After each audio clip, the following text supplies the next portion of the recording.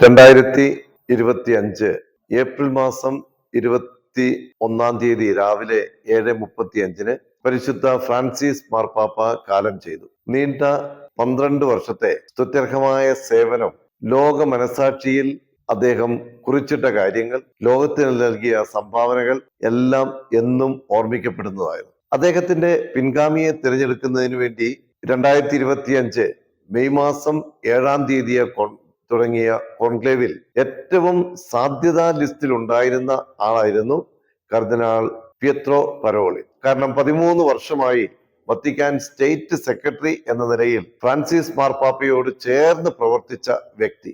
ലോകരാഷ്ട്രങ്ങളുമായി സംവാദങ്ങളും ചർച്ചകളുമൊക്കെ നടത്തിയതിൽ വലിയ സംഭാവനകൾ നൽകി. അതുകൊണ്ട് തന്നെ ഫ്രാൻസിസ് മാർപ്പാപ്പയ്ക്ക് ശേഷം ആരായിരിക്കും അടുത്ത മാർപ്പാപ്പ എന്ന ചർച്ചയിൽ മുഴുവൻ മാധ്യമങ്ങളിൽ നിറഞ്ഞു നിന്നിരുന്ന ഒരു വ്യക്തിയായിരുന്നു കർദിനാൾ പിയത്രോ പരോളിൻ. എന്നാൽ അദ്ദേഹത്തിന്റെ സംഭാവനകൾ അവമതിക്കുന്നു എന്നതല്ല, പരിശുദ്ധാത്മാവിന്റെ പ്രത്യേകമായ ഇടപെടൽ മറിച്ചായിരുന്നു. മീഡിയയിലും മാധ്യമങ്ങളിലും കാണുന്ന രീതി എന്നതിനേക്കാൾ കൂടുതൽ ദൈവത്തിന്റെ രീതികൾ തികച്ചും വ്യത്യസ്തമാണ്. അതിനാൽ തന്നെ അദ്ദേഹം മാർപ്പാപ്പയായി തിരഞ്ഞെടുക്കപ്പെട്ടില്ല എന്നത് നമുക്ക് നിരാശയോ അല്ലെങ്കിൽ കൂടുതൽ പ്രത്യാശയോ നൽകുന്ന ഒരു കാര്യമല്ല. ദൈവത്തിന്റെ ശക്തമായ ഇടപെടലിൽ അദ്ദേഹത്തിന്റെ സംഭാവനകൾ ഇനിയും പുതിയ മാർപ്പാപ്പയോട് ചേർന്ന് നമുക്ക് ലഭിക്കും എന്ന് തന്നെ ഉറച്ച് വിശ്വസിക്കും. ജോൺ 23-ാമൻ മാർപ്പാപ്പയ്ക്ക് ശേഷം ഇറ്റലിയിൽ നിന്നുള്ള ഒരു മാർപ്പാപ്പ എന്ന നിലയിൽ കാർഡിനൽ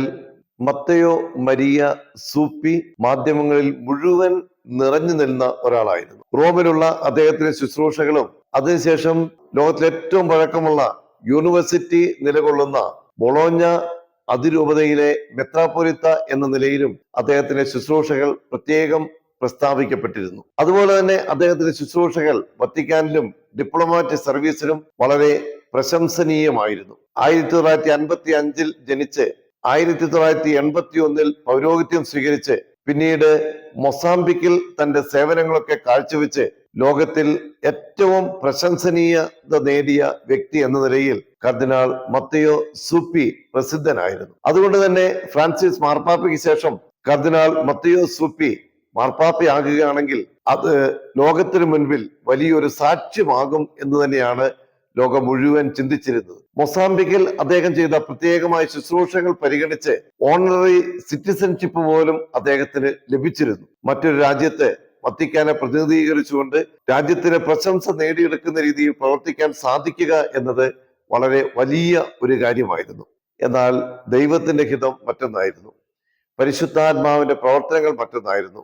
അദ്ദേഹത്തിന് മാർപ്പാപ്പയാകാൻ സാധിച്ചില്ലെങ്കിലും അദ്ദേഹത്തിന്റെ ശുശ്രൂഷകൾ തുടർന്നും സഭയിൽ ലോകത്തിൽ ലഭിക്കും എന്ന് തന്നെ നമുക്ക് ഉറച്ചു വിശ്വസിക്കാം. ഫ്രാൻസിസ് മാർപ്പാപ്പയ്ക്ക് ശേഷം ആരായിരിക്കും പുതിയ മാർപ്പാപ്പ എന്ന ചർച്ചകൾ പുരോഗമിച്ചപ്പോൾ അതിൽ പ്രമുഖ സ്ഥാനത്തുണ്ടായിരുന്ന വ്യക്തിയായിരുന്നു ഫിലിപ്പീൻസിൽ നിന്നുള്ള കർദിനാൾ ലൂയിസ് അന്തോണിയോ തഗ്ലെ.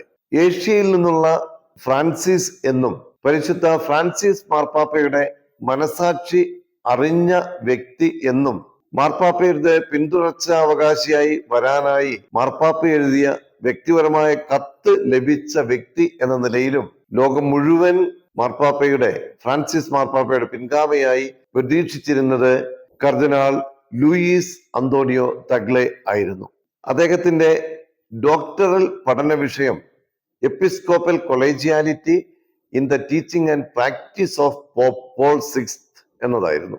അദ്ദേഹത്തിന്റെ ഭാഷാ പ്രാവീണ്യവും അദ്ദേഹത്തിന്റെ വിജ്ഞാനവും സഭാ ശുശ്രൂഷകളും അദ്ദേഹത്തിന്റെ പരിചയവും എല്ലാം ഫ്രാൻസിസ് മാർപ്പാപ്പയ്ക്ക് ശേഷം ലോക മനസാക്ഷിയായി മാറുന്നതിന് ഉപകാരപ്രദമാകും എന്ന് നമ്മൾ ഉറച്ചു വിശ്വസിച്ചു. എന്നാൽ ദൈവത്തിന്റെ തിരുഹിതം മറ്റൊന്നായിരുന്നു. അദ്ദേഹത്തിന്റെ ശുശ്രൂഷകളുടെ മാധുര്യം അനുഭവിക്കുന്നതിന് നമുക്ക് പലപ്പോഴും സാധിച്ചിട്ടുണ്ട്. കാരണം സുവിശേഷവൽക്കരണത്തിന് വേണ്ടിയുള്ള അദ്ദേഹത്തിന്റെ പഠനവും അദ്ദേഹത്തിന്റെ ശുശ്രൂഷകളും ലോകം മുഴുവൻ സാമൂഹ്യ സേവനം ചെയ്യുന്ന ഇന്റർനാഷണൽ കാരിത്താസ് സൊസൈറ്റിയുടെ അമരക്കാരൻ എന്ന നിലയിലും കർദിനാൾ ലൂയിസ് അന്തോണിയോ തഗ്ലെയുടെ സംഭാവനകൾ നിസ്തർക്കമായിരുന്നു.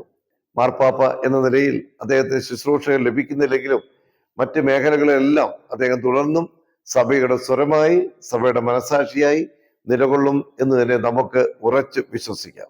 കുടുംബങ്ങൾ ധാരാളം വെല്ലുവിളികൾ നേരിടുന്ന ഈ കാലഘട്ടത്തിൽ 2014-15 വർഷങ്ങളിൽ വത്തിക്കാൻ സംഘടിപ്പിച്ച ഫാമിലി സിനഡിന്റെ പ്രധാനപ്പെട്ട സംഘാടകൻ എന്ന നിലയിൽ പരിശുദ്ധ ഫ്രാൻസിസ് മാർപ്പാപ്പയ്ക്ക് ശേഷം കുടുംബ നവീകരണത്തിന് പ്രാധാന്യം നൽകുന്ന ഒരു മാർപ്പാപ്പയെ സഭയ്ക്ക് ലഭിക്കും എന്ന് എല്ലാവരും വിചാരിച്ചിരുന്നു.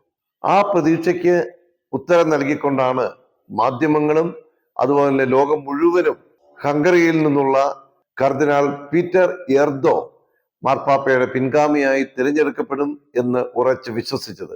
ബുഡാപെസ്റ്റിൽ മെത്രാപ്പോലിത്ത ആയിരുന്ന അദ്ദേഹം പിന്നീട് ഫ്രാൻസിസ് മാർപ്പാപ്പയുടെ സന്തത സഹചാരിയായി സഭാ ശുശ്രൂഷകളിൽ പങ്കെടുത്തു. തികഞ്ഞ ഒരു പാരമ്പര്യവാദി എന്ന ഒരു പ്രത്യേക വിശേഷണവും അദ്ദേഹത്തിന് നൽകിയിരുന്നു. അതിനാൽ തന്നെ ആധുനിക കാലഘട്ടത്തിൽ പാരമ്പര്യത്തിൽ അടിയുറച്ചു നിന്ന് കുടുംബങ്ങൾക്ക് പ്രാധാന്യം നൽകി കുടുംബങ്ങളിലൂടെ ലോകത്തെ നവീകരിക്കുന്ന ഒരു മാർപ്പാപ്പയായി അദ്ദേഹത്തെ ലോകം മുഴുവൻ പ്രതീക്ഷിച്ചിരുന്നു. എന്നാൽ ദൈവത്തിന്റെ ഹിതം മറ്റൊന്നായിരുന്നു. അദ്ദേഹത്തിന്റെ ദൈവശാസ്ത്രപരമായ സംഭാവനകളും അതുപോലെ തന്നെ ഫിലോസോഫിക്കൽ ഇൻവെൻഷൻസും എല്ലാം സഭയിൽ വലിയ നവീകരണത്തിന് കാരണമാക്കുന്ന യാഥാർത്ഥ്യങ്ങളായിരുന്നു. എന്നാൽ പരിശുദ്ധാത്മാവിന്റെ പ്രവർത്തനം മറ്റൊന്നായിരുന്നു, ദൈവത്തിന്റെ ഹിതം മറ്റൊന്നായിരുന്നു. അദ്ദേഹം മാർപ്പാപ്പയായി തിരഞ്ഞെടുക്കപ്പെട്ടിട്ടില്ല. എന്നാൽ പുതിയ മാർപ്പാപ്പയോട് ചേർന്ന് അദ്ദേഹത്തിന്റെ സേവനങ്ങൾ ഇനിയും സഭയുടെ ശുശ്രൂഷ മേഖലകളിലും പഠന മേഖലയിലും ഒക്കെ ലഭ്യമാകും എന്ന് തന്നെ നമുക്ക് ഉറച്ച് വിശ്വസിക്കാം. സഭയുടെ നന്മയ്ക്ക് വേണ്ടി നമുക്ക് പ്രാർത്ഥിക്കാം.